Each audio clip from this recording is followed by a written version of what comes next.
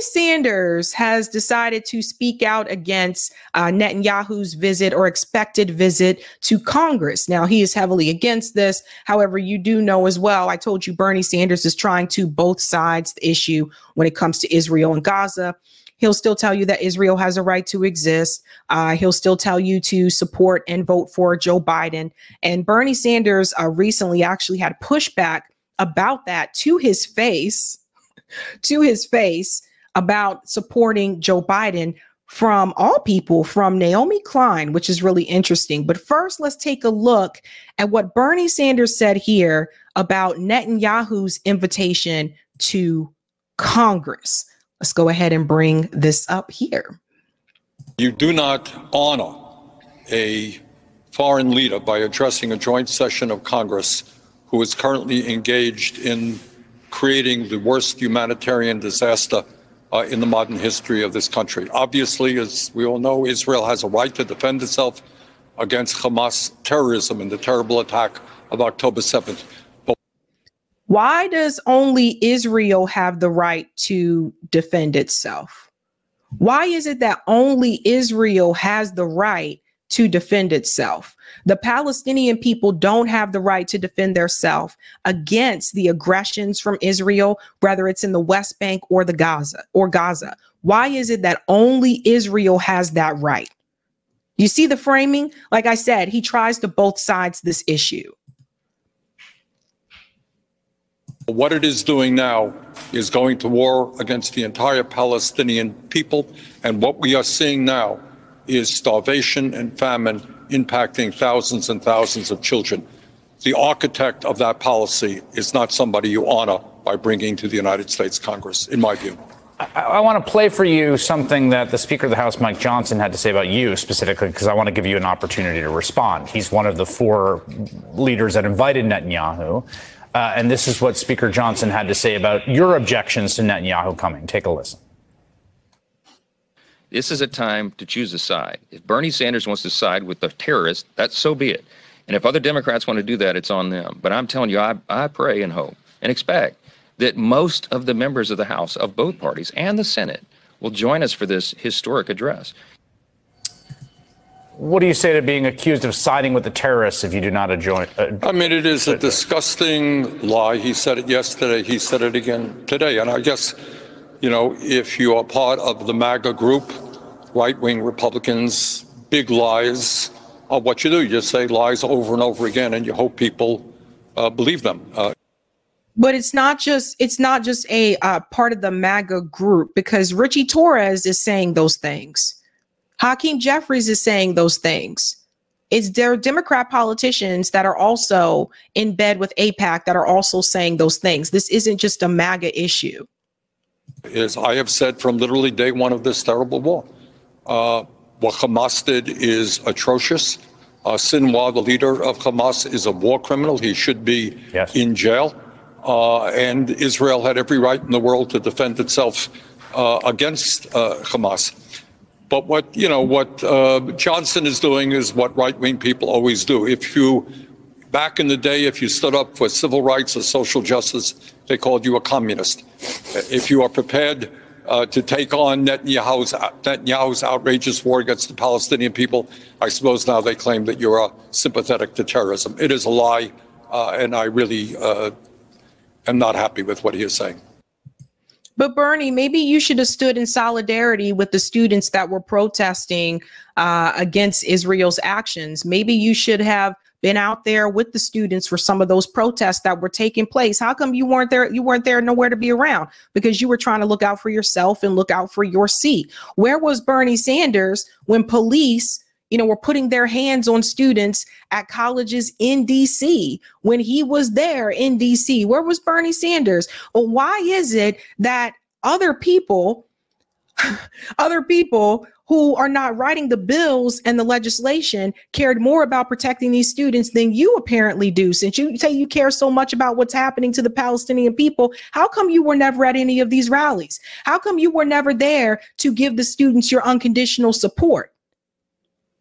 This is why I always say, look at what they do, not what they say. And apparently it's gotten to the point where even Naomi Klein had to tell Bernie Sanders to his face. Naomi Klein had to tell him to his face. Check this out, fam. Thank you to Holoflow for sharing this. This is pretty interesting. As you know, I'm doing my best, along with many other progressives, trying to get Biden reelected, and they are making our lives pretty difficult, among other things, because of the terrible war that we're seeing every day in Gaza. I know you've been outspoken about this war. What's your take? I mean, I'll be honest with you, Bernie. This is the, and it's basically an impossible election for progressives. I understand the position that the sort of lesser evil argument isn't an ethical argument to make when what we're seeing in Gaza with U.S. weapons, with U.S. diplomatic cover. And this is, I don't think this is just Israel's war. I think the U.S. has been a full partner. I believe. Do you hear what she just said there? It's not just Israel's war. The U.S. has been a full partner. I believe it is genocide. And, I'm not comfortable telling people to vote against their conscience on that. What I am comfortable doing is talking about what Trump would do, which I do believe is, beyond what we are really contending with right now. I think we need to, I believe he is a fascist. I believe that we are talking about a terrain where we are, where organizing is criminalized across the board. I think we should take him literally when he, just said a couple of days ago or just yesterday, I don't know when this is going to air, that, he would just get rid of those protesters overnight. Look. Yeah, but let me add this here, because she does mention this later as well about the Biden administration. We also need to remember that, I don't know if you guys saw this earlier today, but Israel just bombed the UN school. They just bombed the UN school, killing more children, right? They bombed the tent camp in Rafah. This is all happening under Joe Biden. So this is what I mean about being covert versus being overt. Trump is overt about what he intends to do. He says it just blatantly out and loud and proud. Biden says he tries to both sides it when it comes to the Israel issue, but Biden is allowing this to happen. He's allowing Israel to hurt more civilians, to kill more children, even though he's saying one thing. So Biden is more covert. He's dragging this out as long as he can. Joe Biden could have called for a ceasefire and this could have wrapped up months ago, like a real ceasefire, and it could have wrapped up months ago. Joe Biden could have stopped giving any type of weapons or aid to Israel months ago, and this could have been wrapped up, but he's still supporting it. So you see, that's the difference between what Biden is saying and what Trump is saying. Trump is just more overt, but Biden is agreeing with Trump on a lot of these foreign policy decisions. Some ways he may be even a little bit more hawkish when it comes to war. But the thing is that Biden also agrees with what is happening. If he didn't fully agree with it, he would stop giving Israel the weapons. But at the same time, it's Democratic, it's local Democratic governments that are sending the police in to sweep these camps, that are sending the police to beat up university professors, students, who are acting based on their conscience. So there you go. So you hear what she's telling Bernie Sanders. Now, Bernie looks like he's biting his lip there because I don't think he really wants to hear this, but it's the reality. When the BLM protest happened, it was during Trump's presidency. The George Floyd protest, excuse me, not BLM specifically, because that actually started under Obama. But the George Floyd protest that happened under Trump's presidency, all of the Democrats and liberals were so quick to say Donald Trump is calling the police on these kids. And nobody had a problem with saying this stuff. Liberal media called it all out, right? Donald Trump is calling the cops on these kids. Look at what he did to those protesters. But when it is happening under Joe Biden, You know, notice the liberal media and the liberals are not willing to say the same thing is happening when it's happening under their team. And again, it shows you in reference to similarities that Biden and Trump both support the police state. The Democratic Party and the Republican Party both support the po-po. That's just the reality of the situation. They both give more money to the police. You got two wings of the same bird.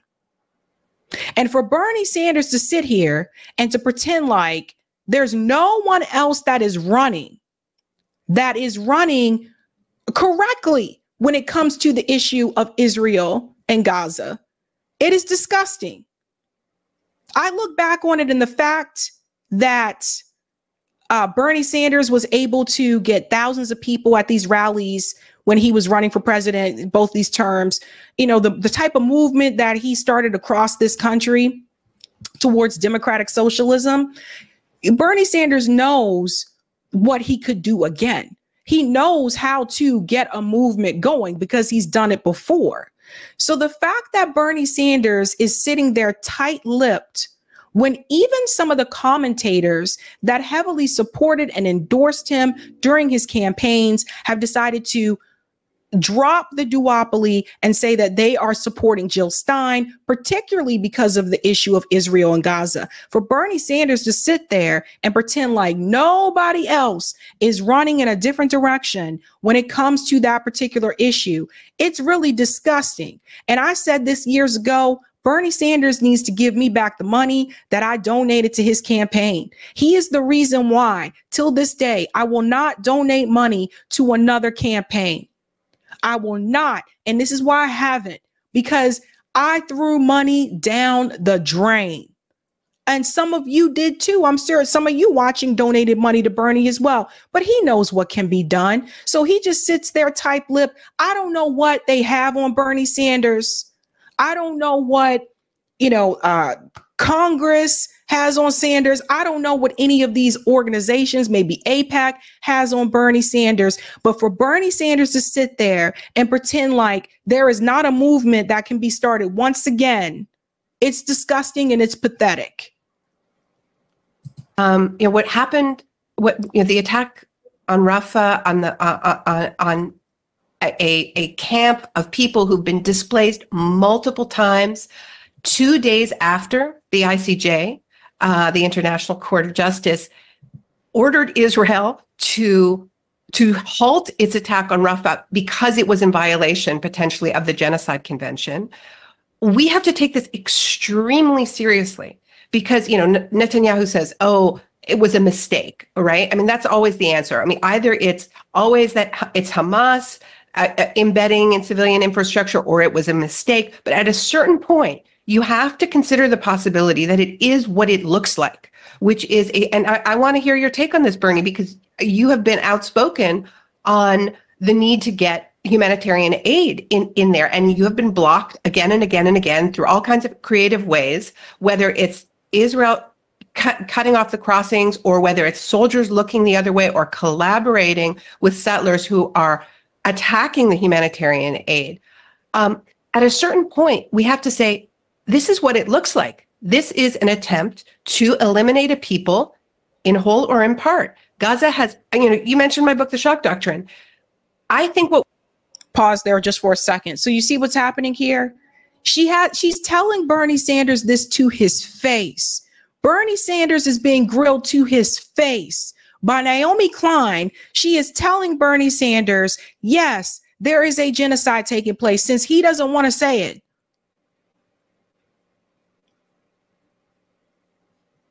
Everyone see what's happening here? He won't say it.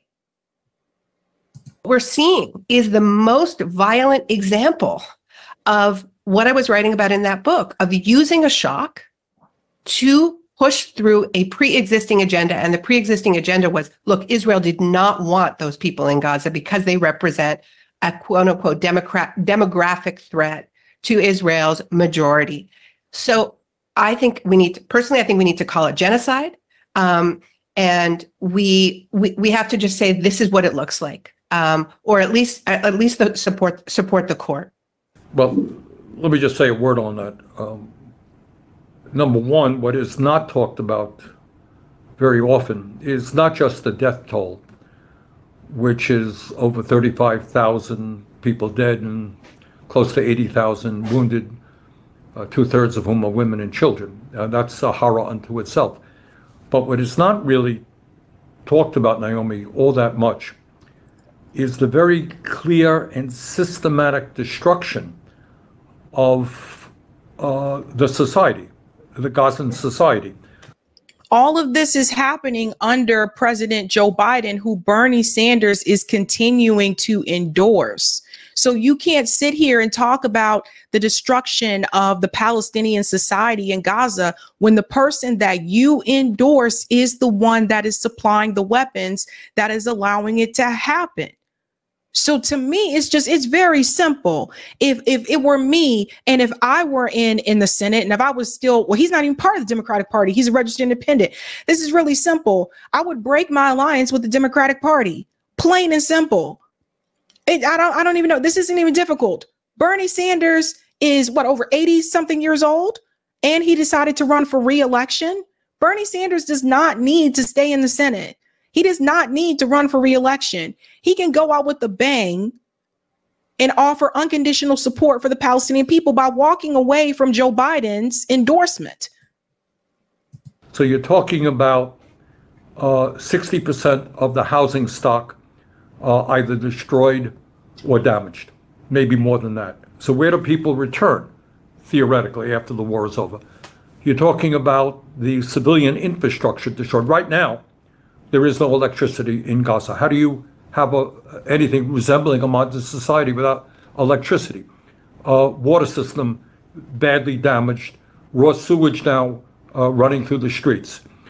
You're talking about the healthcare system. I talked to American doctors who were there, who made the claim that they believe that Israel is systematically and quite intentionally destroying the Gazan healthcare system. Most of the hospitals are now inoperable. Some 400 healthcare workers have been killed. And this is at a moment when close to 80,000 people have been injured. And then you're talking about this one really, I mean, on top of everything else, as I understand it, every university, there are 12 universities in Gaza, each and every one of them has been bombed. And hundreds of schools have been damaged. So kids are not in school. And on top of all of this stuff, I wonder if you are a 10-year-old child in Gaza right now, seeing all this destruction, seeing the drones flying above you. Maybe they have weapons, maybe they don't. They're monitoring you. Can you imagine what this does to the psychic health of hundreds of thousands of children who don't know where they're going to be tomorrow, don't have enough food, and on top of all that stuff? What the UN is telling us is that we are looking at the potential of hundreds of thousands of people starving to death. But I think you're speaking to the choir, Bernie. This is the problem. You're preaching to Naomi Klein. She knows what's happening. She had to tell you that it's a genocide, and you won't even say that word still. So the thing is that the person you need to be having this conversation with is President Biden, who you openly, outwardly endorsed before this war started. You jumped the damn gun. And the thing is, you should remove your endorsement from Joe Biden. All the squad members that endorsed Joe Biden should remove their endorsement from Joe Biden. That does not mean you are endorsing Donald Trump. And this is a part of the problem with the two-party system. Once you are a part of one of those parties, and particularly if you're a politician, at the end of the day, you have to go along with the party dynamics if you want to continue to keep your seat, or you lose your seat. You lose your seat by them pushing you out. Even some of the own members of your own party will help you get pushed out. Ask people like Cynthia McKinney about that. Ask people like Dennis Kucinich about that. But the point I'm trying to make with Bernie Sanders is there really is no reason for Bernie Sanders to run for re-election again. Bernie Sanders can pass over the torch to somebody else. He's over 80 years old. You don't need to stay in the Senate. I'm pretty sure there are other people in Vermont that agree with you on the policies that could step up and run in your place. So I don't understand why you still trying to hold on to that damn seat. And this is why I've said before, I still believe they have something on Bernie Sanders. I believe there is a reason why he feels this pressure to do what he's doing. Bernie Sanders turned out to be a complete coward. You went across this country and you told people we were going to have a political revolution. You can't even say genocide, fam. You can't even say genocide, fam. You went around this country preaching at different colleges and universities, speaking over 10,000 people at Boston Common. You can't say the word genocide? How dare you? How dare you? You spoke to people in Los Angeles. You had the nerve to have Public Enemy on stage behind you. Public Enemy who was willing to call out the system and call out the oppression. You had all these gimmicks working for you for your commercialized campaign in 2020. You can't say the word genocide? Naomi Klein had to come onto your show and tell you to your face. In the year 2024, because Israel has effectively blocked routes of the trucks that are needed. So it is a horror on top of a horror, my view, very simply stated, where the United States obviously has leverage, is we have put in and are putting in right now billions and billions of dollars to Netanyahu's war machine. And I think the message should be a very simple one. Hey, guess what, Mr. Netanyahu? You're not getting another nickel unless A, B, C, and D. But that certainly is not the position of the administration. But what I want to get back to, where you and I may have a slight disagreement, is I understand, believe me, I understand that it is hard for many people to say, I'm not going to vote for Biden. This is just too much. But I think what we need is a level of maturity to say, yeah, guess what? If you don't vote for Biden, look at what you're going to be looking at in terms of Trump.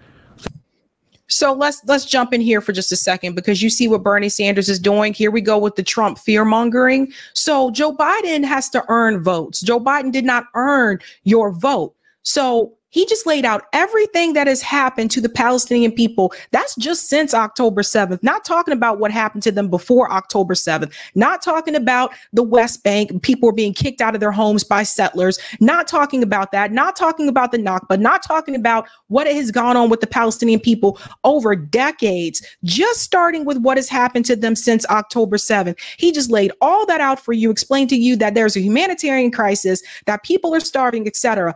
But he then goes on to tell you that you need to be mature and vote for Joe Biden. I would argue that being mature is not voting for someone that is actively funding and participating in a genocide.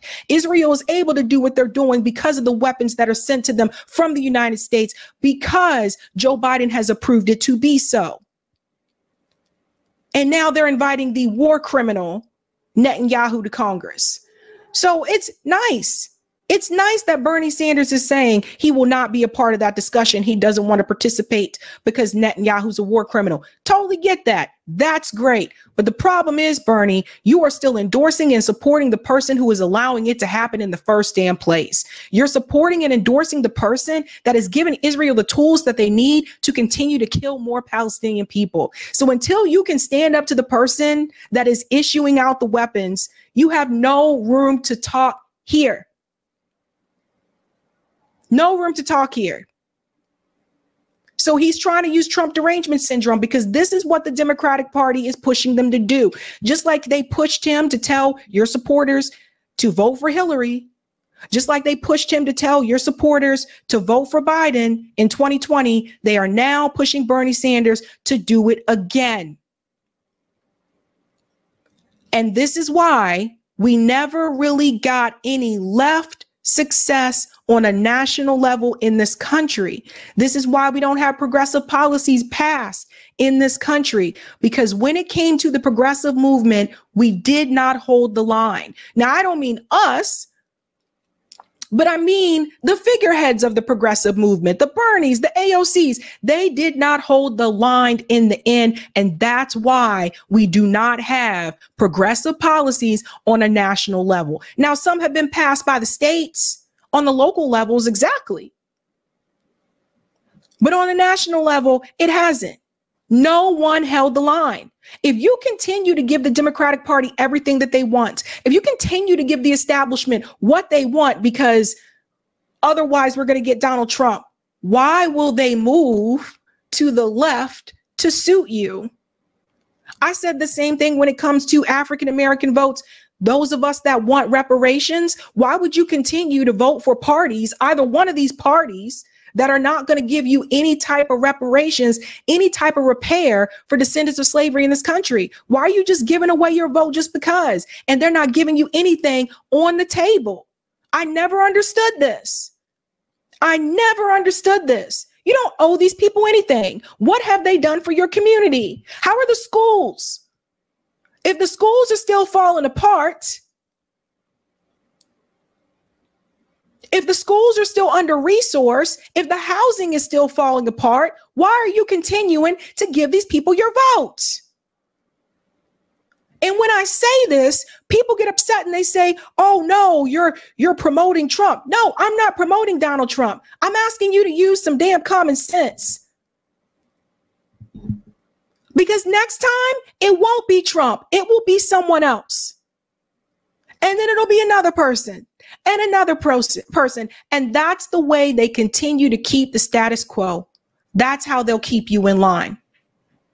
So my own view is we got to mobilize. We have to be honest with the American people and say, look, we categorically disagree with Biden on Gaza. We have other disagreements with him as well. But our job is not only to get him reelected, to defeat Trump, but to continue the effort to create a strong grassroots movement, maybe led by the trade unions. And we've seen some really good activity lately on the part of trade unionism, the progressive community, to fight for the kind of nation that we know we want. And when you talk about the Bannons and the Trumps of the world, they have no serious ideas. We understand the need for Medicare for all, for taxing the rich, for expanding Social Security and Medicare, for obviously dealing with the existential threat of climate. We're trying to deal with real issues in real ways, which ain't easy. But my own view is we have to go all in. Trump has got to be defeated, or I worry very much, not only about the future of this country. So here we go again. Bernie Sanders playing the same old game. What was interesting is that he said we may disagree with Biden when it comes to Gaza, and we may disagree with him on a whole other bunch of issues, but we have to reelect him. Now, why would you reelect someone that you disagree with on that many issues? And the reality is Joe Biden didn't have a strong base. He never did. People voted for him because they didn't want Donald Trump. So Joe Biden did not develop a strong base, and here he is. This is what happens. Bernie Sanders saying all of that. I want to show you something that was said that is actually really disgusting. And this is the part that, again, Joe Biden is supporting all of this. Joe Biden is supporting all of this. Again, this is the guy who has taken the most money from the Israeli lobby, going back to his days when he was a senator. If you add it all up, he's taken over $5 million from the Israeli lobby. Now, there was just this summit in Nashville, an Israel summit held in Nashville. I want you to hear what was said, outwardly calling for ethnic cleansing. The minimum victory is that Gaza will be smaller at the day after, that at least all the northern area of the Gaza Strip will be at the hands of Israel. This is why the Jewish people has to be the only one to control this area from the river to the sea. Third option, if you want to leave, also please feel free. We will even pay you whatever you want. Just find yourself another country. Please feel free to do whatever you want. So he says, find yourself another country. Feel free to do whatever you want. Isn't this the same thing that happened to Jewish people? So you see what's happening? America or somewhere else? You want them? You don't want them. Why? They're so nice. And you probably could get a very large proportion of Israelis, maybe 80, that would support annexing parts of Gaza and chucking as many people as possibly would be willing to leave. Openly calling for ethnic cleansing at a Nashville summit. Openly calling for it.